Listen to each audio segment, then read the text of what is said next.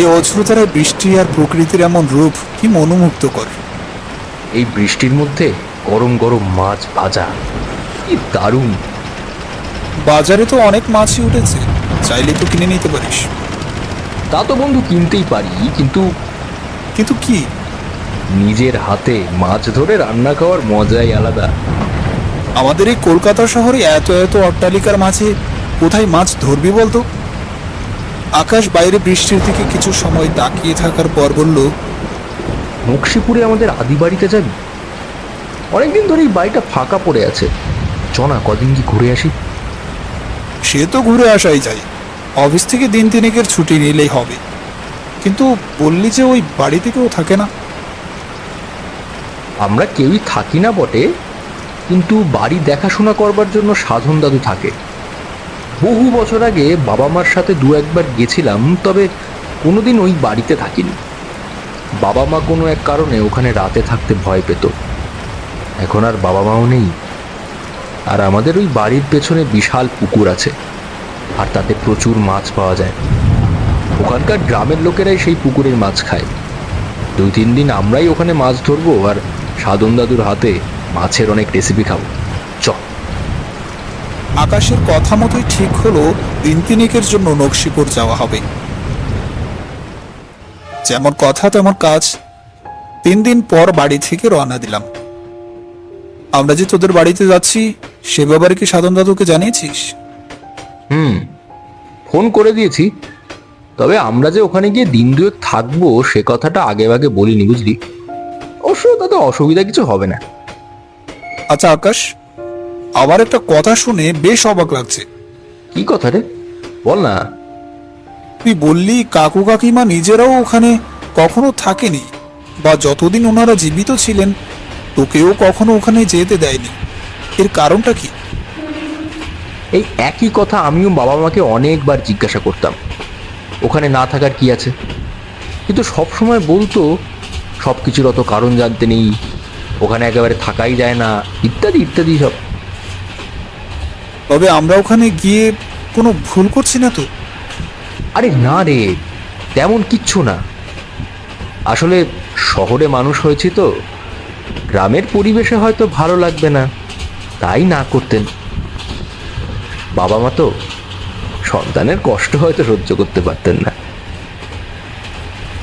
Train যতই কলকাতাকে পেছনে ফেলে নকশিপুরের দিকে এগুতে থাকলো, ততই ট্রেনের জানালা দিয়ে বাইরে তার ছাপ স্পষ্ট হতে লাগলো। পাকা রাস্তার বদলে কাঁচা সরু রাস্তা, একটার গায়ে আরেকটা বাড়ির বদলে ফাঁকা ধান ক্ষেত, পাটের জমি, ছোট বড় পুকুর, আরো কত কি। মনটা অলিখিত খুশিতে ভরে উঠল। চারপাশে সুন্দর দৃশ্য, আর দুই বন্ধু গল্প করতে করতে কখন যে নকশিপুরে পৌঁছে গেলাম তা বুঝতেই পারলাম না।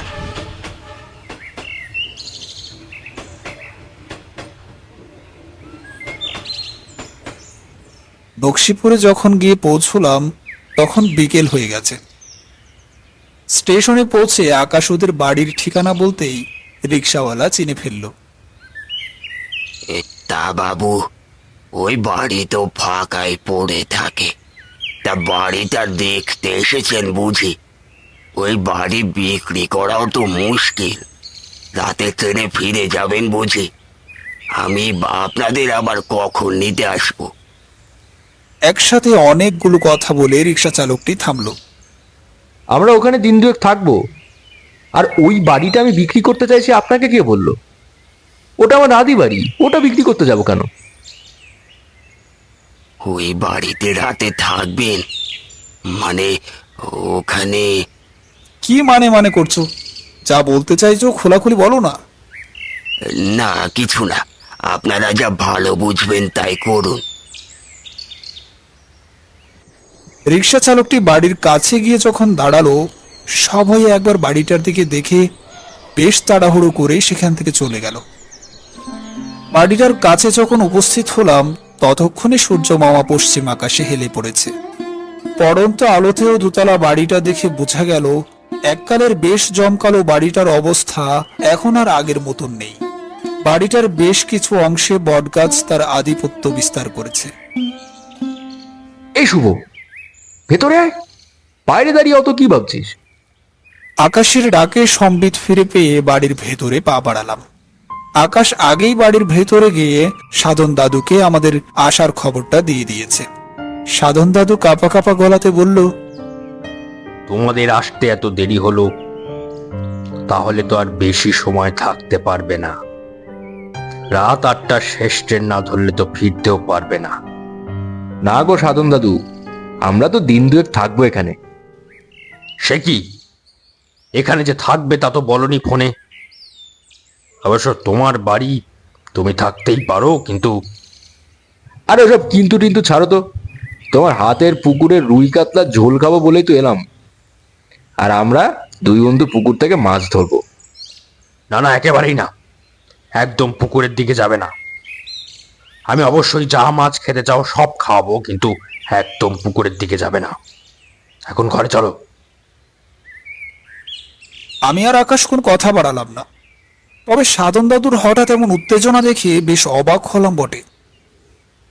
আচ্ছা আকাশ, সাধন দাদু পুকুরে মাছ ধরার কথা শুনে এমন ভাবে ভয়ে আটকে উঠলো কেন?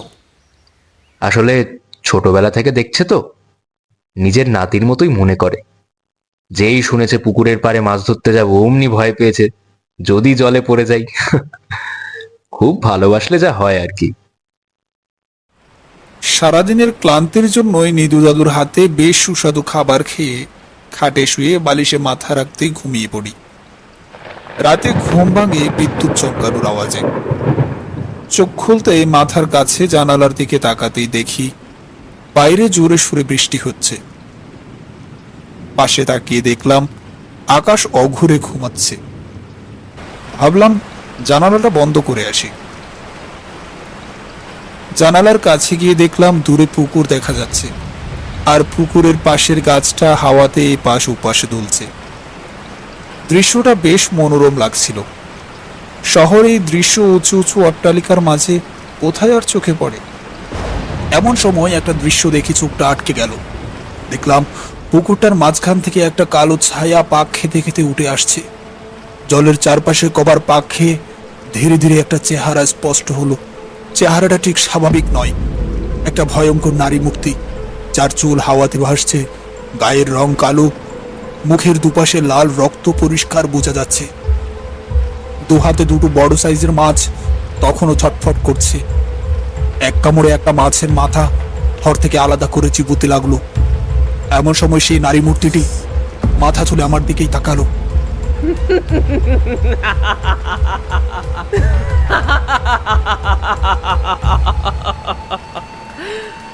আর বিকটভাবে হাসতে হাসতে আমার দিকে এগিয়ে আসছে। আমি আর চুপ করে দাঁড়িয়ে থাকতে পারলাম না, জানালার কপাটটা বন্ধ করে দিলাম। জানালার বাইরে তখন বেশ জোরালো একটা শব্দ শুনতে পেলাম। শব্দটা ধীরে ধীরে মিলিয়ে গেল। সেদিন রাতে আর দু চোখের পাতা এক করতে পারলাম না। পরদিন সকালে সব কথা আকাশকে খুলে বললাম। ও বলল, আরে ওসব কিছু না, সাধন দাদুর হাতের রকম জবরদস্ত রান্না খেয়ে তোর পেট গরম হয়েছিল, তাই ওসব ভুলভাল স্বপ্ন দেখেছিস। আকাশ আর আমার কোনো কথাই কানে তুলল না। এরপর আমরা দুজনে আকাশের পুরো বাড়িটা ঘুরলাম, এমনকি সেই পুকুরের কাছেও গেলাম।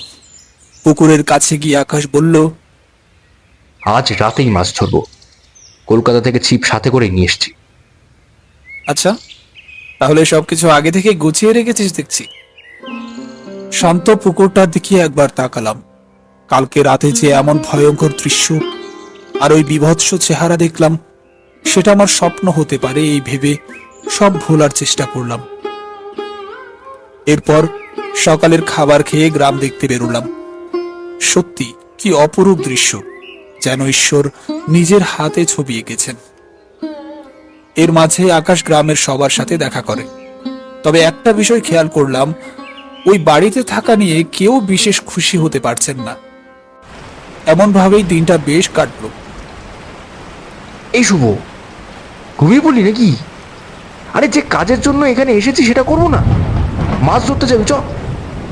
কালকে সকালে ধরলে হতো না? আরে না না, চ না। আরে রাতে মাছ ধরার মজাই আলাদা। ঝিরঝির করে বৃষ্টি শুরু হয়েছে। পুকুরের কাছে গিয়ে দুজনেই সিঁড়িতে বসে পড়লাম। আকাশ এর মধ্যেই আগে থেকে টোপ জোগাড় করে রেখেছে। সব রেডি করে ছিপ জলে ফেলে চুপ করে দুজনেই বসে রইলাম। কিছু সময় টোপ জলে ফেলার পর থেকেই বুঝতে পারছি জলের নিচ থেকে বড়শিটা যেন কেউ টানছে। মাছ ভেবে দু একবার বড়শি উপরে তুলেও দেখেছি, কিছুই নেই। আকাশের সাথে আরো বেশি করে এমন হচ্ছে। কিছু সময় পর জলের মাঝখান থেকে কালো একটা ছায়া পাক খেতে খেতে উঠে এলো, আর কয়েক মুহূর্তের মধ্যেই গত রাতের মতো সে ভয়ঙ্কর চেহারায় রূপ নিল। আজ সামনে থেকে দেখে শরীরটা আরো ভয়ঙ্কর লাগছে, মাথাটা যেন ধর থেকে আলাদা হয়ে আসছে। আকাশ তো এইসব দেখে কিছুই বুঝতে পারছে না। আকাশ বলল, কে কে তুমি? তোর মৃত্যু আমি আমি অনেক দিন ধরেই অপেক্ষাতে ছিলাম। আজ কাকছে পেয়েছি, আর বাঁচবি না, তুই বাঁচবি না। এই বলে একটি লম্বা হাত এগিয়ে এসে আকাশের গলা চেপে ধরল। আকাশের চোখ যেন ঠিকরে বেরিয়ে আসছে। আমি আর এক মুহূর্ত সময় নষ্ট না করে দৌড়ে গেলাম সাধন দাদুর কাছে। মালতী, ওকে ছেড়ে দাও, ওর তো কোনো দোষ নেই। নিধুদা, তুমি আজকে ওকে বাঁচাতে পারবে না। ওর পরিবার আমার মৃত্যুর জন্য দায়ী। তা আমি জানি, ওর পরিবারের দোষের শাস্তি ওকে দিচ্ছ কেন? তোমার সন্তানের দিব্যি, ওকে তুমি মারবে না। এই বলে সেই নারী অবয়বটি আকাশকে ধীরে ধীরে ছেড়ে দেয়। আকাশ থপ করে মাটিতে পড়ে যায়। তুমি তুমি কে? আমি আমি হরেন চক্রবর্তী স্ত্রী। মানে মানে আমার আমার আমার দাদুর? ঠিকই ধরেছ, ও তোমার দাদুর বউ ছিল, কিন্তু তোমার দাদু কোনোদিনও তাকে বউয়ের মান্যতা দেয়নি। তোমার দাদু শহরে থাকলেও এখানে সময় কাটাতে মাঝে মাঝেই আসতেন। আর একবার এই গ্রামেরই মেয়ে মালতীকে তার পছন্দ হয়, তাকে বিয়ে করবে বলে প্রতিশ্রুতিও দেয়। বাবু, বাবু আমাকে কবে বিয়ে করবেন? আমি যে মা হতে চলেছি। কি বললি? তোকে বিয়ে করব? কত টাকা লাগবে বল, আমি তোর মতো ভিখারিকে বিয়ে করব? কিন্তু কিন্তু আপনি যে বলেছিলেন আমাকে বিয়ে করবেন। ওসব কথা ছাড়। আমি সবাইকে আপনার আসল রূপের কথা বলে দেব। আমার গর্ভে সন্তান যে আপনার, তাও বলে দেব। আচ্ছা, তোর এত বড় সাহস, তুই আমার কথা সবাইকে বলবি? বাঁচলে তারপর তো বলবি। দাঁড়া, তোর ভবলীলার সাঙ্গ করছি।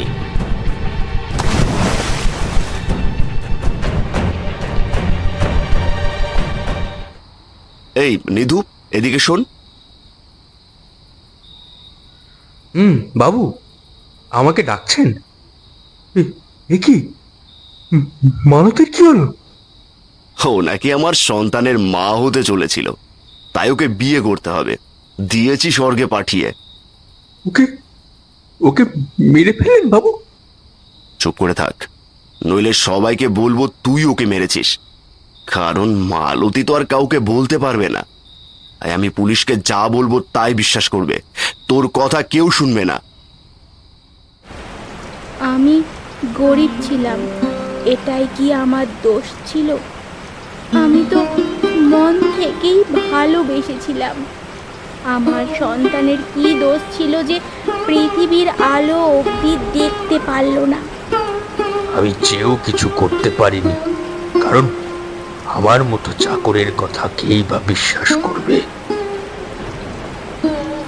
তবে আমি আমার বদলা নিয়েছি। কবছর পর যখন হরেন আবার এই বাড়িতে বউ নিয়ে আসে, গভীর রাতে মাথার কাছে আমার বিভৎস চেহারা দেখে অসুস্থ হয়ে পড়ে।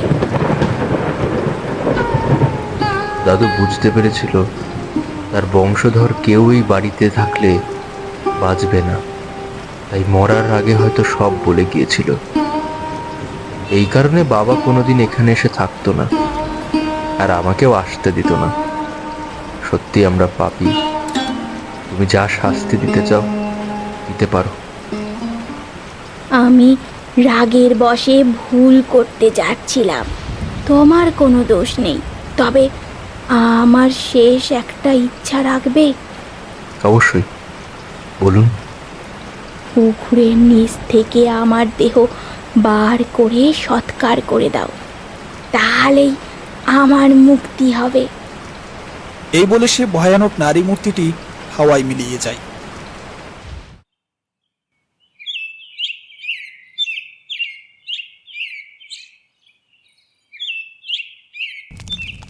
পরদিন সকালে পুকুরের নিচ থেকে একটা জরাজীর্ণ কঙ্কাল উদ্ধার করা হয়। শ্মশানে নিয়ে আকাশ তার শেষকৃত্য সম্পন্ন করে।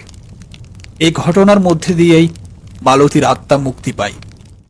আকাশ তার নকশিপুরের সে বাড়িটা তার অলিখিত ঠাকুমার স্মৃতির জন্যই রেখে দেয়।